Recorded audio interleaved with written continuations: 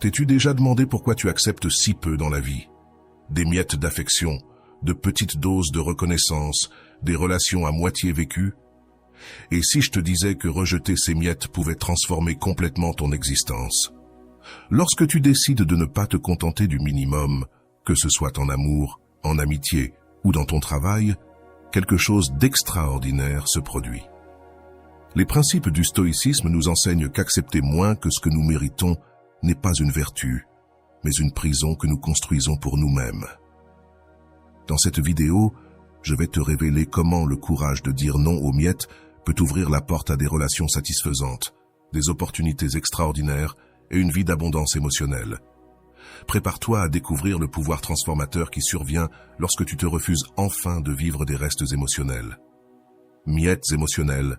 Lorsque nous parlons de miettes émotionnelles, nous faisons référence à ces petites doses de tendresse et d'attention que nous recevons de personnes qui, en réalité, pourraient nous offrir beaucoup plus. C'est comme avoir faim et se contenter de quelques biscuits salés alors qu'on pourrait avoir un repas complet. Dans nos relations amoureuses, familiales et amicales, nous acceptons souvent ces miettes sans même nous en rendre compte. T'es-tu déjà retrouvé à attendre anxieusement un message de cette personne spéciale? Lorsque cette personne répond enfin par un simple « salut » après des jours de silence, tu ressens un grand soulagement, comme si tu avais reçu un cadeau précieux. En réalité, ce que tu as obtenu, c'est juste une miette, une petite et insuffisante miette d'attention. Les miettes émotionnelles se présentent sous différentes formes dans nos vies. Cela peut être le partenaire qui ne montre de l'affection que lorsqu'il a besoin de quelque chose, l'ami qui ne t'appelle que lors de moments de crise, ou le membre de la famille qui ne reconnaît tes efforts que lorsqu'il lui est commode de le faire. Ce sont de petits gestes qui nous maintiennent piégés dans des relations incomplètes, comme si nous mendions constamment de l'affection. Pourquoi acceptons-nous si peu? La réponse réside souvent dans la peur. Peur de la solitude, peur de ne pas trouver mieux, peur de confronter la réalité que nous méritons plus. Cette peur nous maintient dans des relations tièdes, où nous recevons juste assez pour ne pas abandonner, mais jamais assez pour nous sentir réellement comblés. Les philosophes stoïciens comme Sénèque et Épictète parlèrent de l'importance de vivre en harmonie avec la nature et la vertu. Cela signifie reconnaître notre propre valeur et ne pas permettre aux autres de nous offrir moins que ce que nous méritons. Lorsque nous acceptons des miettes, nous renions notre propre nature en tant qu'être méritant un amour complet et authentique. Imagine une relation où tu dois mendier de l'attention. Ton partenaire ne montre de l'affection que lorsqu'il est de bonne humeur ou lorsqu'il veut quelque chose en retour. D'autres fois, tu attends, comptant les minutes jusqu'au prochain geste d'affection. Ce n'est pas de l'amour, ce sont simplement des miettes jetées pour te garder proche. Souvent, les personnes qui offrent ces miettes savent exactement ce qu'elles font. Elles dosent l'attention et l'affection comme on règle un robinet, donnant juste assez pour maintenir l'autre dépendant. C'est une forme de contrôle émotionnel qui peut être dévastatrice pour ceux qui sont de l'autre côté, constamment affamés de plus. Les relations basées sur des miettes émotionnelles créent un cercle vicieux de besoins et de dépendance. La personne qui reçoit les miettes s'habitue à si peu que, lorsqu'elle reçoit un geste d'affection un peu plus grand, elle ressent cela comme quelque chose d'extraordinaire. Cela déforme complètement notre perception de ce qu'est une relation saine. Avant d'aller loin, je te serais reconnaissant si tu mets un j'aime à la vidéo, cela m'aiderait à continuer de diffuser cette philosophie. Si tu n'es pas encore abonné, je te recommande de t'abonner et d'activer la cloche pour ne manquer aucune vidéo. Le philosophe stoïcien Marc Aurèle disait que nous devons vivre avec dignité et selon de hauts principes. Accepter des miettes va à l'encontre de cet enseignement, car cela nous place dans une position de subordination émotionnelle. En gros, nous disons « Je ne mérite pas un festin, alors je me contenterai des restes ». Comment identifier si tu acceptes des miettes émotionnelles? Prête attention à tes sentiments. Te sens-tu constamment insécure, anxieux par manque d'attention? Attends-tu toujours un geste d'affection qui arrive rarement? Te sens-tu valorisé uniquement lors de moments spécifiques, comme si ta valeur dépendait de l'humeur ou de la convenance de l'autre personne? Si tu es arrivé jusqu'ici, écris dans les commentaires « Je rejette l'amour incomplet ». Si c'est le cas, tu acceptes probablement des miettes. Un autre signe est la comparaison entre ce que tu donnes et ce que tu reçois. Les relations saines ont un équilibre naturel. Elles ne doivent pas être mathématiquement égales, mais il doit y avoir de la réciprocité. Si tu donnes toujours à 100% et que tu reçois seulement 20%, quelque chose ne va pas. Rejeter les miettes émotionnelles ne signifie pas nécessairement mettre fin à toutes tes relations. Dans certains cas, il est possible de communiquer tes besoins et de fixer des limites claires. Tu pourrais dire « J'ai besoin de plus que cela pour me sentir valorisé dans cette relation ». Il est possible que certaines personnes ne se rendent pas compte qu'elles offrent seulement des miettes et, lorsqu'elles sont confrontées à cette réalité, elles peuvent changer leur comportement. Cependant, dans de nombreux cas, rejeter les miettes signifie être prête à s'éloigner. Il faut du courage pour dire « Je préfère être seul que de me contenter de moins que ce que je mérite ». Cette décision, bien que douloureuse au début, laisse de la place pour que de véritables relations enrichissantes entrent dans ta vie. Les stoïciens nous enseignent que le véritable bonheur provient d'une vie vertueuse, en harmonie avec la nature. Cela inclut le respect de soi-même, afin d'exiger plus que des miettes dans les relations. Lorsque tu rejettes les miettes, tu dis essentiellement « Je reconnais ma valeur et je n'accepterai pas moins que ce que je mérite ». Rejeter les miettes signifie aussi cesser de jouer le jeu de ceux qui les offrent. Lorsque tu cesses de répondre aux petits gestes comme s'ils étaient de grandes démonstrations d'amour, tu brises le cycle de la dépendance. Cela peut être inconfortable au début, mais c'est un pas nécessaire vers des relations plus saines. Souviens-toi, tu n'es pas né pour te contenter de peu. Tu mérites des relations où l'amour, le respect et la considération coulent naturellement, pas comme des concessions de mauvaise grâce ou des stratégies manipulatrices. En rejetant les miettes émotionnelles, tu fais le premier pas vers une vie d'abondance affective, où tes relations te nourrissent plutôt que de te laisser constamment affamer. Vertu intérieure. La philosophie stoïque nous enseigne que la vertu est le seul véritable bien. Mais qu'est-ce que cela signifie dans la pratique, surtout quand il s'agit de relations? La vertu intérieure n'est pas seulement un concept abstrait, c'est une force qui nous guide vers des relations plus saines et authentiques. Lorsque tu cultives la vertu intérieure, tu développes la capacité de voir ta propre valeur indépendamment de la validation externe. C'est comme construire une maison sur des fondations solides, plutôt que sur du sable mouvant. Les stoïciens croyaient que notre paix intérieure venait de notre propre conscience et de nos actions, pas de ce que les autres pensent ou font pour nous. Dans les relations, beaucoup de personnes cherchent constamment l'approbation, des éloges et de l'attention. Elles deviennent dépendantes des signes extérieurs montrant qu'elles sont aimées. C'est comme si leur valeur était déterminée par le nombre de j'aime sur une photo ou la fréquence à laquelle elles reçoivent des messages. Cette dépendance crée un vide intérieur qu'aucune quantité de validation externe ne pourra jamais combler complètement.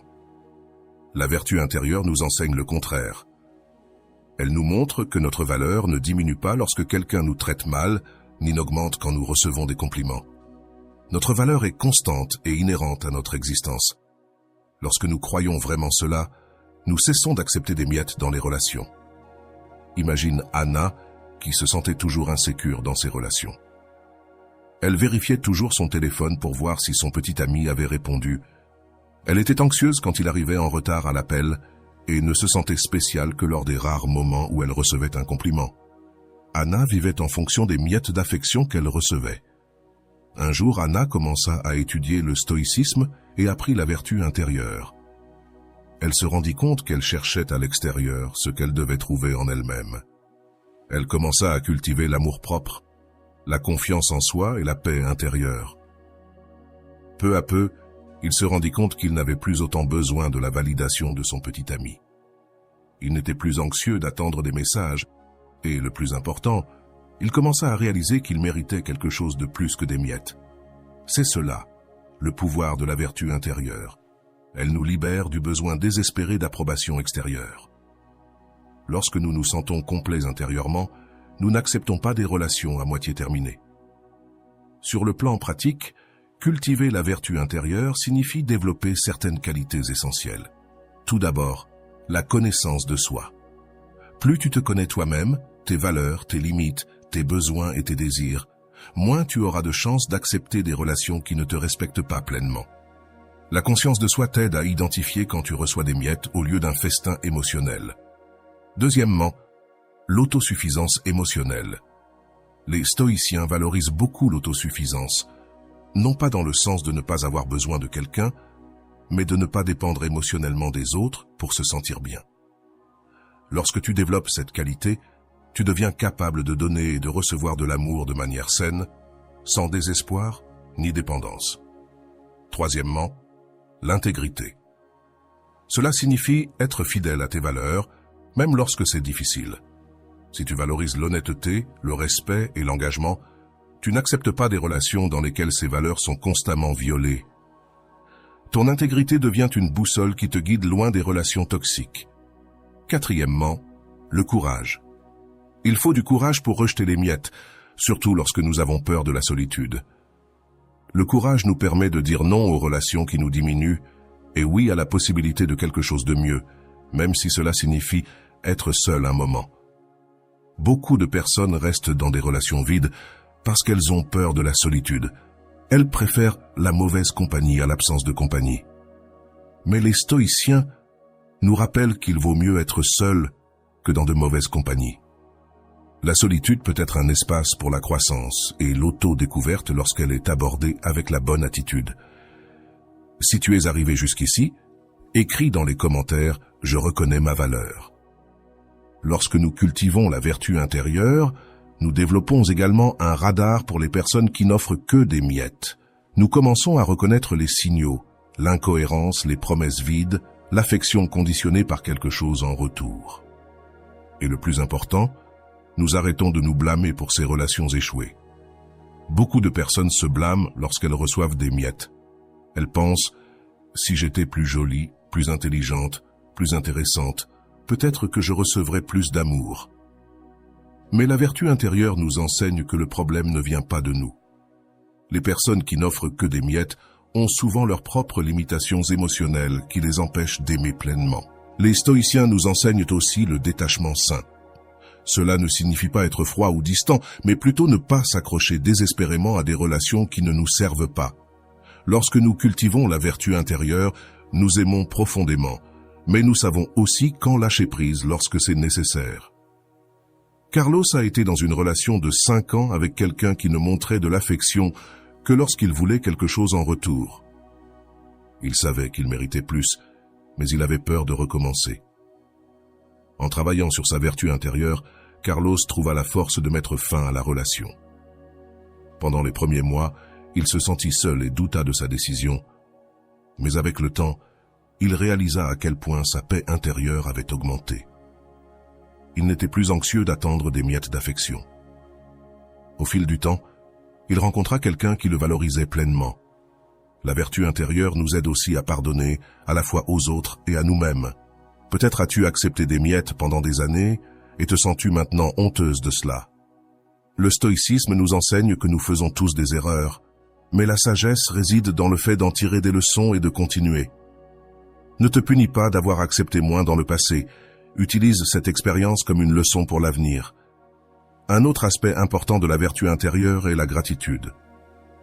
Il semble contradictoire de parler de gratitude quand on rejette des miettes, mais ce n'est pas le cas.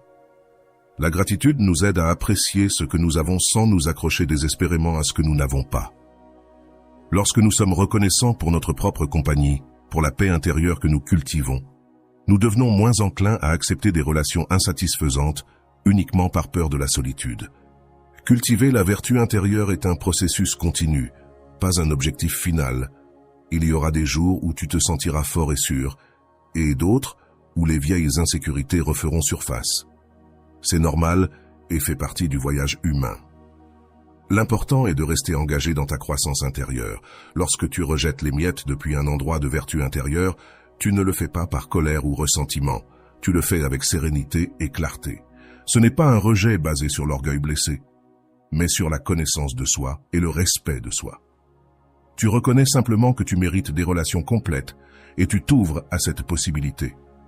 La vertu intérieure nous aide aussi à établir des limites saines. Tu as l'opportunité de communiquer clairement tes besoins et tes attentes. Cela ne demande pas la perfection des autres, mais ne tolère pas moins que le respect de base et la considération sincère. Tes limites deviennent une expression naturelle de ton respect pour toi-même, pas un ultimatum désespéré. Rappelle-toi, rejeter les miettes ne signifie pas attendre des relations parfaites. Toutes les relations ont des défis et des moments difficiles. La différence réside dans les bases. Les relations saines sont fondées sur le respect mutuel, la considération sincère et l'engagement à grandir ensemble. Les difficultés sont affrontées ensemble. Elles ne sont pas utilisées comme excuse pour offrir moins que ce que l'on est capable de faire. La vertu intérieure nous donne une vision pour différencier entre les relations imparfaites mais précieuses et les relations fondamentalement déséquilibrées dans lesquelles nous ne recevons que des miettes. Cette clarté est l'un des plus grands cadeaux du développement personnel. L'amour incomplet est comme un verre à moitié vide qui ne se remplit jamais, peu importe combien tu attends. C'est le genre de relation dans laquelle tu as toujours l'impression qu'il te manque quelque chose, comme si tu regardais un film à moitié terminé ou lisais un livre avec des pages arrachées. Beaucoup de gens passent des années, parfois des décennies, dans des relations où ils ne reçoivent qu'une fraction de l'amour qu'ils méritent. Comment reconnaître un amour incomplet? En général, il se cache sous l'apparence de presque suffisant. C'est le partenaire qui dit t'aimer, mais qui n'a jamais le temps d'être avec toi. C'est cette personne qui te valorise seulement quand tu es heureux ou quand tu as besoin de quelque chose. C'est la relation dans laquelle tu te demandes constamment: est-ce tout ce qu'il y a? Dans l'amour incomplet, il y a de bons moments, et ce sont précisément ces moments qui nous maintiennent coincés. Ce week-end parfait après des mois de distance émotionnelle, ce cadeau spécial après des semaines d'ignorance, cette déclaration d'amour qui apparaît juste au moment où tu pensais abandonner. Ces moments agissent comme un appât qui nous maintient dans l'espoir qu'un jour l'amour incomplet deviendra complet. La philosophie stoïcienne a beaucoup à nous apprendre sur l'amour incomplet. Les stoïciens croyaient que nous devons accepter la réalité telle qu'elle est, non pas comme nous aimerions qu'elle soit. Lorsque nous sommes amoureux de manière incomplète, nous nous accrochons souvent à une version imaginaire de la relation, ce que cela pourrait être si l'autre personne changeait. Si les circonstances étaient différentes, si nous avions plus de temps ensemble. Mariana était dans une relation depuis 5 ans. Son petit ami était affectueux et attentionné, mais de temps en temps, la plupart du temps, il était émotionnellement absent. Il montrait rarement un intérêt sincère pour ses sentiments et mettait toujours ses propres besoins en priorité. Mais ces rares moments de connexion étaient tellement intenses que Mariana se convainquit que c'était la véritable version de lui et que tout le reste n'était qu'une phase passagère.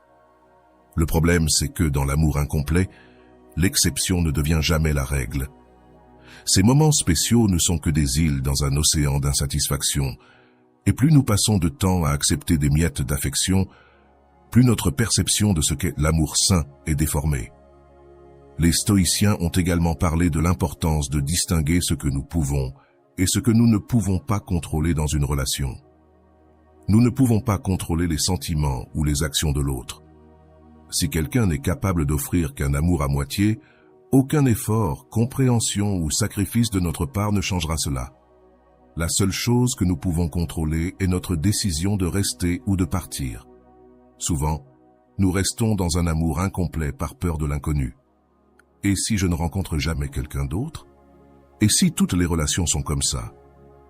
Et si je suis trop exigeant? Ces peurs nous maintiennent coincés, acceptant moins que ce que nous méritons. Un aspect particulièrement douloureux de l'amour incomplet est l'inconstance. Un jour, on se sent comme la personne la plus importante du monde. Le lendemain, on attire à peine l'attention. Cette montagne russe émotionnelle crée une sorte de dépendance. On devient dépendant de ces moments d'extase, prêt à supporter de longues périodes de bas, juste pour retrouver cette connexion. Le stoïcisme nous enseigne que la vertu, qui inclut la sagesse, le courage, la justice et la modération, doit guider nos décisions. La sagesse nous aide à voir la relation telle qu'elle est vraiment, pas comme nous aimerions qu'elle soit. Le courage nous donne la force de partir quand c'est nécessaire. La justice nous rappelle que nous méritons d'être traités avec respect et considération, et la modération nous empêche de nous perdre complètement dans une relation qui nous offre si peu. Si tu es arrivé jusqu'ici, écris dans les commentaires « Je n'accepterai pas moins que ce que je mérite ». Un autre problème avec l'amour incomplet est qu'il occupe l'espace qui pourrait être rempli par l'amour total. Tant que nous restons attachés à quelqu'un qui ne nous offre que des miettes, nous bloquons la possibilité de trouver quelqu'un qui nous offrira un festin émotionnel. C'est comme loger dans un hôtel de 2e classe alors que nous pourrions être dans un 5 étoiles, simplement parce que nous connaissons déjà le chemin et avons peur de nous perdre à la recherche de quelque chose de mieux. L'amour incomplet affecte également notre estime de soi. Quand nous recevons continuellement moins que ce que nous méritons, nous commençons à croire que nous ne méritons peut-être pas plus. Notre perception de nous-mêmes baisse et nous en venons à voir les miettes comme des repas complets. Rejeter l'amour incomplet ne signifie pas chercher la perfection. Toutes les relations ont des défauts et des moments difficiles. La différence réside dans la base, l'intention et le modèle. Dans une relation saine, les deux partenaires s'efforcent de rendre l'autre heureux, de grandir ensemble, de résoudre les conflits de manière constructive. Il existe une base solide de respect, de considération et d'engagement. Dans l'amour incomplet, cette fondation n'existe tout simplement pas. Il y a des moments de connexion, oui, mais ce sont des îles isolées, pas un continent solide. En général, l'effort vient d'un seul côté, et toute tentative de discuter des problèmes est perçue comme un drame ou une surcharge. Lorsque nous rejetons l'amour incomplet, nous faisons de la place pour quelque chose de mieux, que ce soit une nouvelle relation ou une période de redécouverte de soi. Beaucoup de gens découvrent, après avoir quitté un amour incomplet, qu'ils préfèrent être seuls que mal accompagnés. La solitude a ses défis, mais elle offre aussi la paix, l'autonomie et l'opportunité de se reconnecter avec soi-même. Paula a mis fin à une relation de 7 ans dans laquelle elle se sentait toujours insuffisante. Dans les premiers mois, elle a dû affronter la douleur de la séparation et la peur de la solitude, mais peu à peu, elle s'est rendue compte que sa maison était plus calme, qu'elle dormait mieux, qu'elle n'avait plus à marcher sur des œufs pour ne pas réveiller l'irritation de quelqu'un. Elle a commencé à redécouvrir d'anciens passe-temps, à renforcer ses amitiés et à construire une vie qui la satisfaisait indépendamment du fait qu'elle soit en couple. Les stoïciens croyaient que le véritable bonheur vient de vivre selon la nature et la vertu. Une relation qui nous fait constamment sentir diminués, incertains ou anxieux, va à l'encontre de notre nature en tant qu'être cherchant la croissance et l'harmonie. Rejeter ce type de relation n'est pas de l'égoïsme, c'est de l'autopréservation. Parfois, il est possible de transformer un amour incomplet en quelque chose de plus satisfaisant grâce à une communication honnête et en établissant des limites claires. Si tu sens que ta relation a un potentiel, cela peut valoir la peine d'essayer cette approche avant d'abandonner. Parle ouvertement de tes besoins, explique comment tu te sens quand ils ne sont pas satisfaits et observe la réaction de l'autre personne. Fernando s'est rendu compte qu'il recevait des miettes émotionnelles de sa partenaire depuis des années. Plutôt que de partir immédiatement, il décida d'avoir une conversation franche. Il expliqua qu'il se sentait abandonné et qu'il avait besoin de plus d'attention, d'affection et de considération. À sa surprise, sa partenaire ne s'était pas rendu compte de l'impact de son comportement et était prête à travailler sur la relation. Avec le temps et les efforts mutuels, ils ont pu construire quelque chose de plus équilibré et satisfaisant. Cependant, ce n'est pas l'histoire la plus courante. Dans la plupart des cas, quand quelqu'un n'est capable d'offrir qu'un amour incomplet, il y a des raisons profondes pour cela, que ce soit un traumatisme non résolu, une incompatibilité fondamentale de valeurs ou simplement l'absence de sentiments suffisamment forts.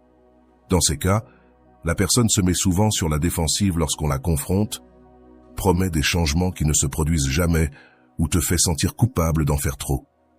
Le stoïcisme nous enseigne à accepter ce que nous ne pouvons pas changer.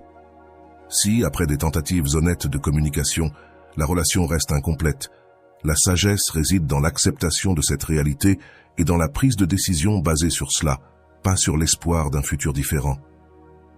Rejeter l'amour incomplet est une façon d'affirmer « je sais ce que je mérite ». Et c'est plus que cela. C'est un acte de respect de soi qui, bien que douloureux à court terme, ouvre la voie à des relations plus satisfaisantes dans le futur, que ce soit avec d'autres personnes ou avec soi-même.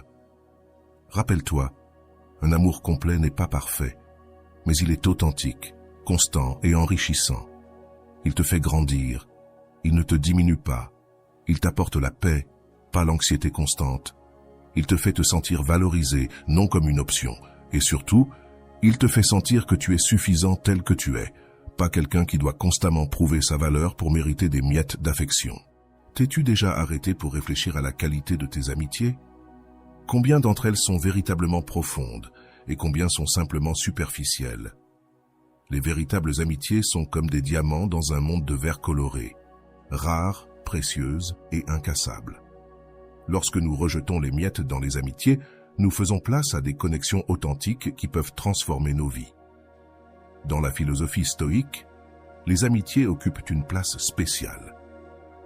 Sénèque, l'un des grands penseurs stoïques, écrivait abondamment sur l'importance de bien choisir ses amis. Il disait que nous devons choisir nos amis non pas pour l'utilité qu'ils nous apportent, mais pour le caractère qu'ils possèdent. Une amitié basée uniquement sur le bénéfice mutuel n'est pas une amitié, c'est une transaction. Beaucoup de personnes maintiennent de vastes cercles sociaux avec des dizaines, voire des centaines d'amis sur les réseaux sociaux.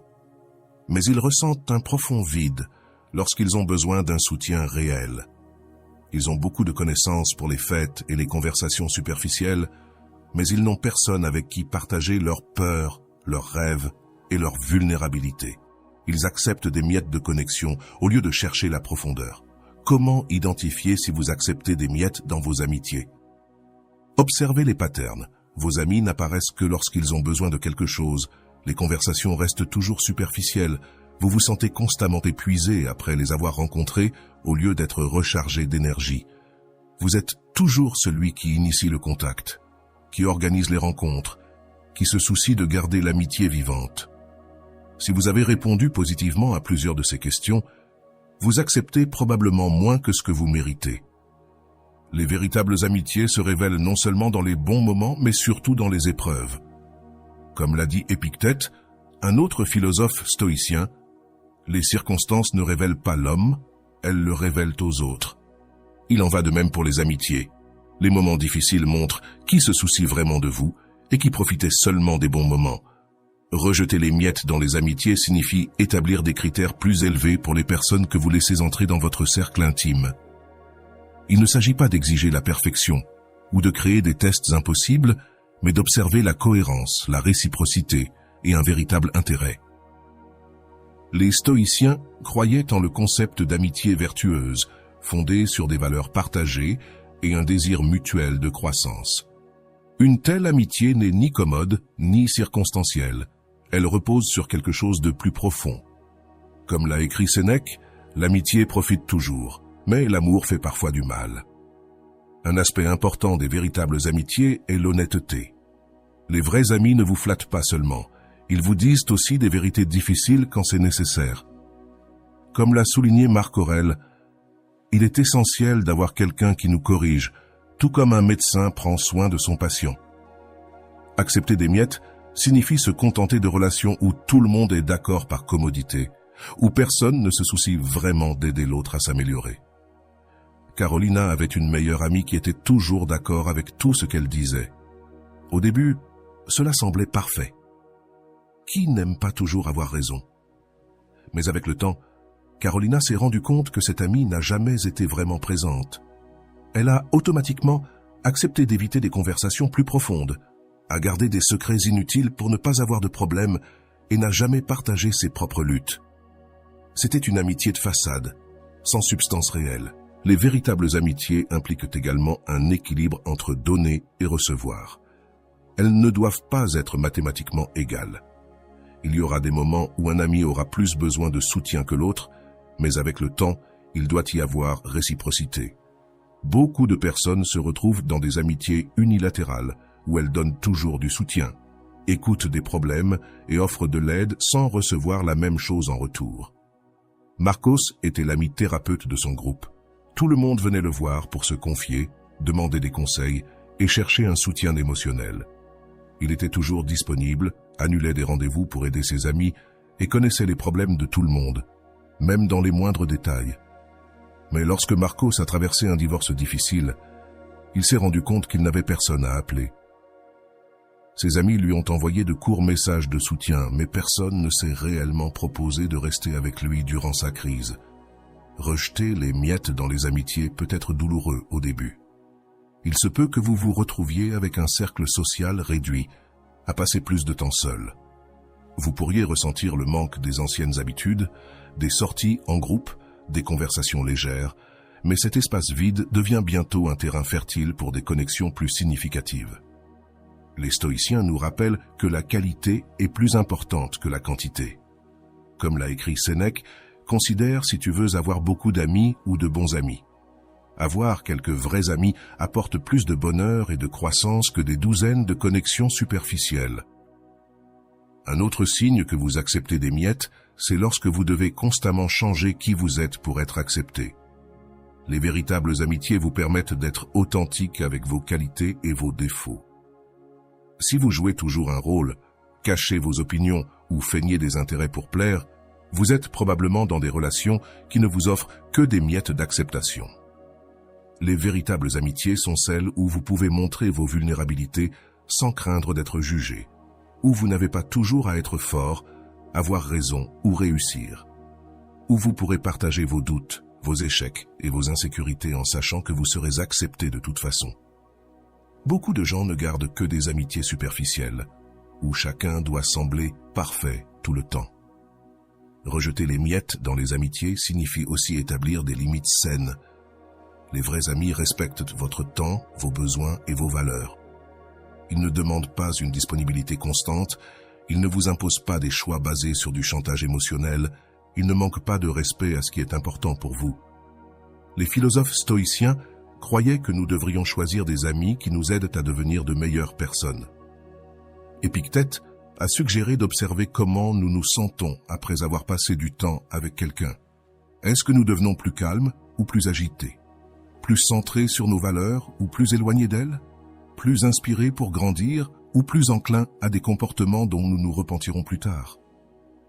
Lorsque nous rejetons les miettes dans les amitiés, nous créons un espace pour des relations qui nous élèvent vraiment. Des amitiés qui nous inspirent à être meilleurs, qui nous offrent un soutien inconditionnel, qui célèbrent nos réussites sans envie et partagent notre douleur sans jugement. Souvenez-vous, les véritables amitiés ne sont pas parfaites. Il y aura des désaccords, des périodes d'éloignement et des moments de déception. La différence réside dans les bases. Les véritables amitiés reposent sur le respect mutuel, des valeurs partagées et un amour sincère. Lorsqu'il y a des problèmes, les deux parties sont prêtes à résoudre, comprendre et pardonner. Rejeter les miettes dans les amitiés est une façon d'honorer non seulement vous-même, mais aussi la véritable signification de l'amitié. C'est reconnaître que les connexions humaines authentiques sont l'un des plus grands trésors de la vie, et que, pour cette raison même, elles méritent plus que des restes d'attention, de respect et de considération. Comme l'a dit Sénèque, aucune possession, aucune quantité d'or n'est plus précieuse qu'un ami. Lorsque nous rejetons les miettes et recherchons de véritables amitiés, nous investissons dans le type de richesse qui compte vraiment, celle qui nourrit l'âme et demeure même lorsque tout le reste a disparu. Sa dignité reste intacte, même lorsque quelqu'un tente de la diminuer en offrant des miettes au lieu d'un festin émotionnel. Les anciens stoïciens, comme Marc Aurèle, insistaient sur le fait que notre dignité vient de l'intérieur. Dans ses méditations, il écrivait « Tu ne seras pas moins digne parce que tu ne reçois pas les applaudissements des autres ». Cet enseignement est fondamental pour comprendre pourquoi nous acceptons des miettes dans nos relations. Souvent, nous confondons la validation extérieure avec la valeur intérieure. Paolo s'est toujours senti insécurisé dans ses relations. Il a grandi dans une famille où l'amour était conditionné par les performances. Bonnes notes, bon comportement, réalisation visible. Cette dynamique l'a conditionné à croire qu'il devait constamment prouver sa valeur pour mériter de l'affection. En conséquence, Paolo se contentait de n'importe quelle miette d'attention ou d'approbation qu'il recevait de ses partenaires. Un simple « Tu vas bien aujourd'hui » suffisait à le faire se sentir précieux, même quand généralement il était traité avec indifférence. La dignité stoïque nous enseigne que notre valeur ne croît pas lorsque nous recevons des éloges, ni ne diminue lorsque nous sommes critiqués ou ignorés. Ce principe est révolutionnaire lorsqu'il est appliqué aux relations. Lorsque nous intégrons vraiment cette idée, nous cessons de mendier des miettes d'affection, de respect ou de considération. Une manifestation courante du manque de dignité dans les relations est ce que l'on pourrait appeler la gratitude disproportionnée. C'est lorsque nous remercions de manière excessive pour de petits gestes qui devraient être les moins attendus, en remerciant chaleureusement parce que ton partenaire a enfin répondu à un message après plusieurs jours de silence, ou en te sentant spécial parce que ton ami a pensé à ton anniversaire. Considérez comme une grande réussite le fait que quelqu'un ait simplement tenu une promesse de base. Julia était dans une relation où elle recevait rarement de l'attention de son partenaire. Lorsqu'après des semaines de distanciation, il l'invita enfin à sortir, elle se sentit tellement reconnaissante qu'elle ignora tous les signes précédents de désintérêt. Cette gratitude disproportionnée était un symptôme de sa faible dignité. Elle s'était tellement habituée aux miettes qu'elle les voyait comme des festins. Les stoïciens nous enseignent l'importance d'une perspective correcte. Épictète disait « Ce ne sont pas les choses elles-mêmes qui nous perturbent, mais nos interprétations de ces choses. » Lorsque nous appliquons ce principe aux relations, nous commençons à voir clairement ce qui est vraiment acceptable et ce qui ne sont que des miettes déguisées en générosité. La dignité stoïque ne signifie pas arrogance ni inflexibilité. Il ne s'agit pas d'exiger un traitement parfait ou de rejeter les relations dès le premier signe d'échec. Il s'agit de maintenir une évaluation équilibrée de ce que l'on peut raisonnablement attendre d'une relation saine et de ne pas compromettre cette norme par peur de la solitude ou du rejet. Helena a toujours été considérée comme trop exigeante dans ses relations. Amis et familles la critiquaient souvent pour avoir mis fin à des relations qui semblaient suffisantes. Ce qu'ils ne comprenaient pas, c'est qu'Helena avait développé un fort sens de la dignité. Elle n'exigeait pas la perfection, mais elle n'acceptait pas non plus qu'on la laisse constamment de côté, que ses sentiments soient ignorés ou que l'affection lui soit donnée uniquement lorsque cela convenait à l'autre. Sa dignité ne lui permettait pas de se contenter de miettes lorsqu'elle savait qu'elle méritait un festin. Une puissante manifestation de la dignité stoïque est la capacité de dire non sans culpabilité et oui sans désespoir. Beaucoup de personnes restent dans des relations insatisfaisantes parce qu'elles estiment ne pas avoir droit à plus ou parce qu'elles croient que toute relation est meilleure que pas de relation du tout. La dignité nous libère de ces fausses croyances. Richard était dans un mariage où il était constamment rabaissé. Sa femme faisait des remarques méprisantes sur son apparence, critiquait ses décisions professionnelles et montrait rarement de l'affection authentique. Pendant des années, Richard a toléré ce traitement, pensant que les relations étaient difficiles et que personne n'était parfait. Ce n'est que lorsqu'il commença à étudier le stoïcisme qu'il réalisa la différence entre accepter les imperfections naturelles et tolérer le manque de respect constant. Sa nouvelle dignité lui donne la force d'établir des limites claires et de quitter finalement la relation. Lorsque ces limites continuèrent à être violées, les stoïciens nous enseignent également l'importance d'agir en accord avec la nature et la vertu. Cela signifie que nos relations doivent refléter des valeurs telles que le respect, l'honnêteté, l'équité et la considération. Lorsque nous permettons à ces valeurs d'être systématiquement irrespectées, nous nions notre propre nature et diminuons notre dignité. La dignité stoïque se manifeste également dans la manière dont nous répondons à un mauvais traitement. Au lieu de réagir par la colère incontrôlée ou la manipulation émotionnelle, nous répondons calmement et fermement. Comme l'a suggéré Sénèque, la plupart de ce qui nous irrite pourrait être moins offensif si nous l'interprétons de manière plus généreuse. Cette approche nous permet d'établir des limites sans nous rabaisser, ni nous rabaisser nous-mêmes, ni l'autre. Lorsque Camilla se rendit compte que sa meilleure amie ne venait vers elle que lorsqu'elle avait besoin d'aide, mais ne répondait jamais lorsqu'elle avait besoin de soutien, elle avait deux options: exploser en accusations amères ou s'éloigner silencieusement sans explication. Au lieu de cela, elle choisit la voie de la dignité stoïque. Elle parla calmement avec son amie, expliquant comment elle se sentait et établissant des limites claires pour l'avenir de leur amitié. Il n'y avait pas de colère dans ses paroles, juste la tranquille certitude de celle qui connaît sa propre valeur. L'un des plus grands défis pour maintenir la dignité dans les relations est la peur de la solitude. Beaucoup de gens préfèrent une mauvaise compagnie à ne pas être seuls. Cependant, les stoïciens considéraient la solitude comme une opportunité pour le développement personnel et la paix intérieure. Comme l'a écrit Sénèque, « Personne ne s'accompagne sauf les sages ». Lorsque nous cultivons la dignité stoïque, nous commençons à réaliser que rester seul est préférable à être avec quelqu'un qui diminue notre paix notre sens de la valeur ou notre connexion avec nos principes.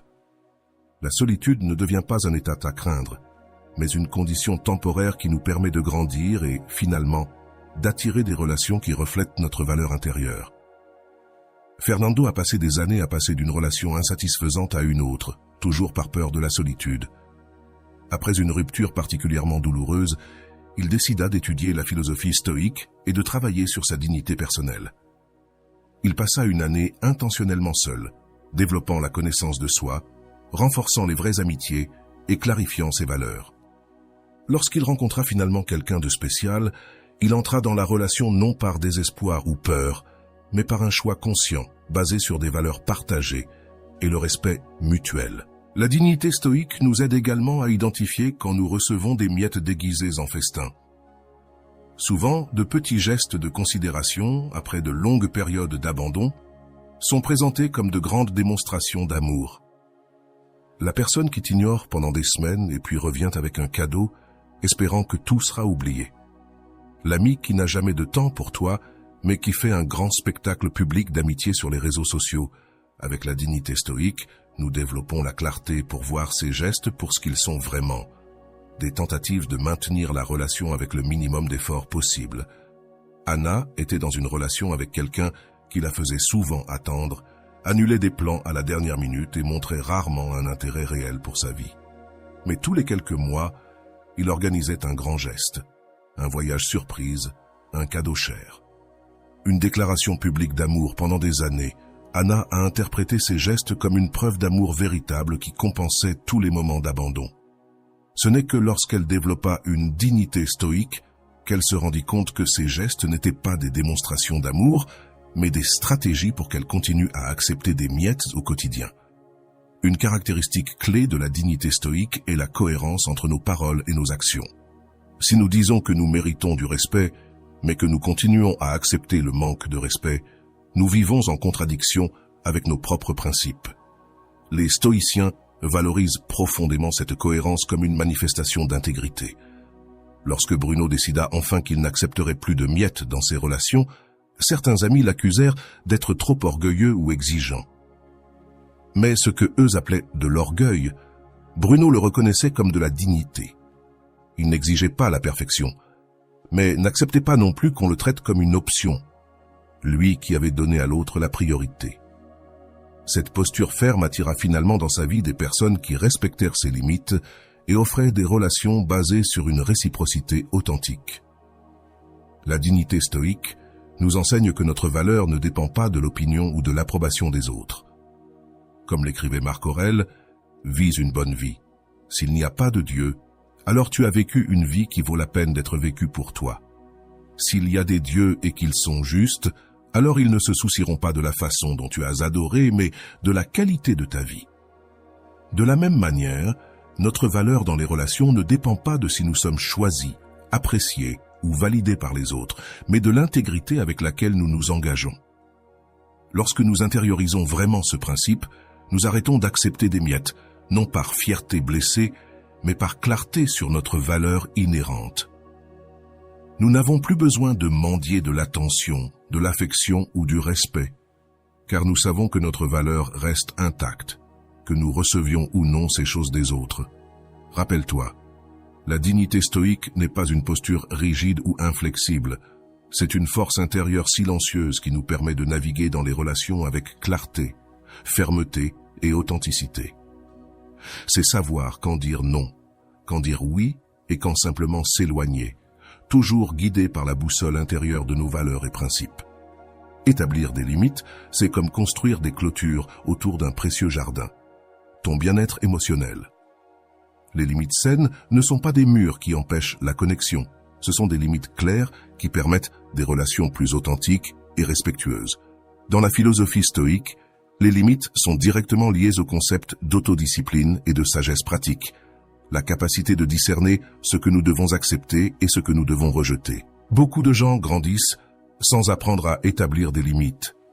Peut-être ont-ils grandi dans des familles où leurs besoins étaient régulièrement ignorés ou où exprimer un malaise était vu comme de l'égoïsme. En conséquence, ils sont devenus des adultes qui ne reconnaissent pas quand ils reçoivent des miettes dans leurs relations ou, pire encore, croit qu'il ne mérite pas mieux que cela. Teresa a grandi avec une mère qui sacrifiait constamment ses propres besoins pour ceux des autres. Elle voyait sa mère épuisée, accablée, mais disant toujours oui à plus de tâches, plus de services, plus de responsabilités. Naturellement, Teresa a intériorisé ce comportement dans ses relations adultes. Elle se retrouvait régulièrement épuisée, toujours disponible pour les autres, tandis que ses propres désirs et besoins restaient en second plan. Lorsque son petit ami commença à apparaître seulement quand il avait besoin de quelque chose, Teresa ne se rendit même pas compte qu'elle recevait des miettes. Pour elle, les relations signifieraient un sacrifice constant. Dans la perspective stoïque, les limites n'ont pas pour but de contrôler les autres, mais d'assumer la responsabilité de nos propres expériences. Épictète, l'un des grands stoïciens, enseigne que certaines choses sont sous notre contrôle, tandis que d'autres ne le sont pas. Nous ne pouvons pas contrôler comment les autres nous traitent, mais nous pouvons contrôler ce que nous acceptons et comment nous répondons. Les limites saines commencent par la connaissance de soi.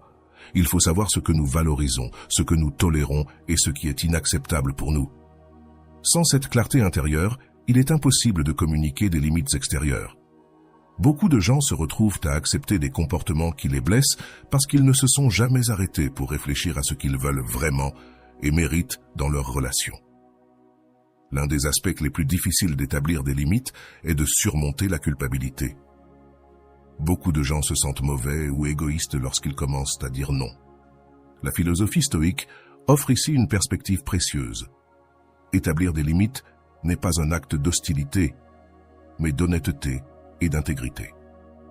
Comme l'écrivait Sénèque, « Associe-toi avec ceux qui te rendront meilleur, accueille ceux que tu peux rendre meilleurs. » Les limites permettent des relations qui sont réellement bénéfiques pour les deux parties. Anna avait un schéma clair dans ses amitiés. Elle était toujours disponible indépendamment de ses propres besoins. Lorsqu'elle commença enfin à établir des limites, « Je ne peux pas te voir aujourd'hui, j'ai besoin de repos » ou « Je préfère ne pas en parler », elle ressentit une culpabilité accablante. Avec le temps, elle se rendit compte que ses vrais amis respectèrent ses limites et appréciaient même son honnêteté. Ceux qui réagirent par manipulation ou colère révélaient simplement qu'ils valorisaient la commodité d'Anna plus que son bien-être. Les limites saines ne sont pas statiques.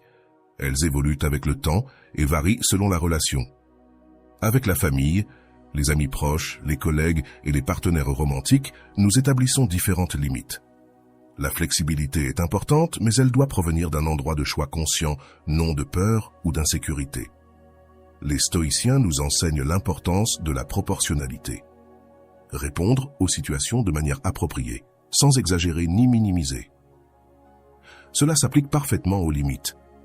Certaines limites ne sont pas négociables, comme ne pas tolérer les abus physiques ou émotionnels, tandis que d'autres peuvent être plus flexibles, comme le temps que vous passez avec certaines personnes. Marcelo a tracé une ligne ferme après que sa petite amie ait consulté son téléphone sans permission. « Je respecte ma vie privée ou nous ne pouvons pas continuer ensemble. » En revanche, concernant le temps passé ensemble devant les amis, Marcelo fut plus flexible. « Je préfère que nous passions au moins 2 soirées ensemble par semaine, mais nous pouvons nous ajuster si quelque chose d'important survient. » Cette approche équilibrée permit la fermeté là où c'était nécessaire et la flexibilité là où c'était possible. L'un des plus grands défis lors de l'établissement de limites est la communication.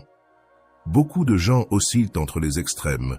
Soit ils ne disent de rien jusqu'à ce qu'ils explosent de frustration, soit ils communiquent les limites de manière agressive ou accusatoire.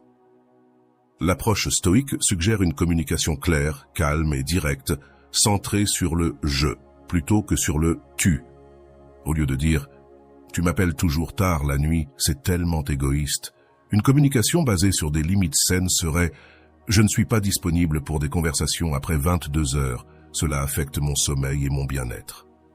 Nous pouvons parler pendant la journée ou établir un horaire qui fonctionne pour les deux. À Lucia, il était difficile d'établir des limites avec son patron, qui lui envoyait souvent des emails l'après-midi et le week-end, en attendant des réponses immédiates. Après des mois de stress et d'épuisement, Lucia finit par communiquer. « Je serai disponible pour répondre aux emails pendant les horaires de bureau, du lundi au vendredi. Pour les véritables urgences, vous pouvez m'appeler. » Cela me permettra de bien me reposer et d'être plus productive pendant la journée de travail. À sa grande surprise, son patron respecta cette limite. Il n'avait tout simplement jamais envisagé l'impact de ses attentes. Établir des limites avec les personnes auxquelles nous avons l'habitude de faire plaisir peut être particulièrement difficile. La peur du rejet ou de l'abandon nous pousse souvent à accepter des miettes, au lieu d'exiger le respect que nous méritons. Les stoïciens nous rappellent que nous devons valoriser notre paix intérieure avant l'approbation extérieure. Épictète conseillait: il est impossible qu'une personne apprenne ce qu'elle croit déjà savoir. De même, il est impossible de construire des relations saines si l'on pense que l'on n'a pas le droit d'établir des limites, ou si l'on considère que l'acceptation constante est une manière de gagner l'amour. Pedro était amoureux de sa meilleure amie depuis des années et était toujours disponible pour elle. Il lui offrait un soutien émotionnel, l'aidait avec ses changements, écoutait ses coups de colère à propos des autres hommes avec lesquels elle sortait. Intérieurement, Pedro souffrait, mais il croyait qu'en étant constamment disponible, il finirait par être choisi. Lorsqu'il finit par poser des limites, « Je ne peux pas être ta conseillère amoureuse tant que j'ai des sentiments pour toi », il eut l'impression de risquer tout. En réalité, il ne faisait que rejeter les miettes et faire de la place pour une véritable relation, que ce soit avec elle ou avec quelqu'un d'autre dans le futur. Rejeter les miettes, grâce aux limites saines, ne consiste pas seulement à dire non aux traitements inappropriés, mais aussi à créer un espace pour des relations qui nous nourrissent réellement. Lorsque nous cessons d'investir de l'énergie dans des personnes qui ne nous offrent que des miettes, nous avons davantage à donner à celles qui apportent réciprocité et respect véritable. Camilla avait réalisé depuis longtemps qu'une amie d'enfance ne venait vers elle que lorsqu'elle avait besoin de services. Elle tenta plusieurs fois de renforcer l'amitié, en l'invitant à des activités significatives et en montrant un véritable intérêt pour sa vie, mais le schéma persista. Lorsque Camilla finit par poser une limite, « J'apprécie notre histoire, mais j'ai besoin de réciprocité dans mes amitiés », elle ressentit initialement un vide. Cependant, cet espace se remplit rapidement d'autres amitiés qui recevaient auparavant uniquement son énergie résiduelle. Les limites saines incluent aussi ce que les stoïciens appelleraient les indifférents, des choses externes qui, bien qu'elles puissent être préférées ou évitées, ne déterminent ni notre vertu ni notre bonheur. Lorsque nous appliquons ce concept aux relations, nous comprenons que la réaction des autres à nos limites est une indifférence. Nous préférons l'acceptation, mais nous ne pouvons pas contrôler la manière dont les autres réagissent. Fernanda était habituée à dire oui à toute demande d'aide dans son travail bénévole, même si cela signifiait sacrifier son bien-être personnel. Lorsqu'elle commença à poser des limites, « Je peux aider 2 fois par mois, pas toutes les semaines », certaines personnes réagirent avec compréhension, d'autres avec désapprobation. Fernanda appliqua le principe stoïque. La vertu réside dans l'établissement de limites honnêtes et saines, pas dans la façon dont les autres réagissent à ces limites. Les limites saines s'appliquent aussi à ce que nous permettons dans notre esprit. Les stoïciens s'intéressaient particulièrement à la façon dont nous gérons nos pensées et impressions. Lorsque nous permettons à nos pensées de déformer la réalité, comme « peut-être qu'il est juste occupé après des semaines de silence » ou « elle a juste un tempérament fort après une humiliation publique », nous violons nos propres limites internes. Rejeter les miettes signifie être honnête avec soi-même sur ce qui se passe réellement dans nos relations, et non sur ce que nous aimerions qu'il se passe. Cette honnêteté intérieure est la base de toutes les limites externes efficaces. Rappelez-vous, établir des limites n'est pas un événement ponctuel, mais une pratique continue. Comme toute compétence précieuse, cela s'améliore avec le temps et l'expérience. Au début, cela peut sembler inconfortable, voire effrayant, mais avec la pratique, cela devient une expression naturelle du respect de soi. Comme la sage Épictète, « Dis d'abord à toi-même quel type de personne tu veux être, puis fais ce que tu dois faire. Si tu veux être quelqu'un qui mérite et attire des relations complètes, pas des miettes, établir des limites saines n'est pas optionnel. C'est le chemin nécessaire vers une vie de relations authentiques, respectueuses et enrichissantes. » Et voilà, j'espère que vous avez trouvé beaucoup de valeur dans cette vidéo. Merci d'être resté jusqu'à la fin de cette vidéo. J'adore quand vous faites ça. Si vous voulez une autre vidéo sur ce sujet, écrivez en commentaire, j'en veux encore plus. J'espère vous revoir dans une autre vidéo.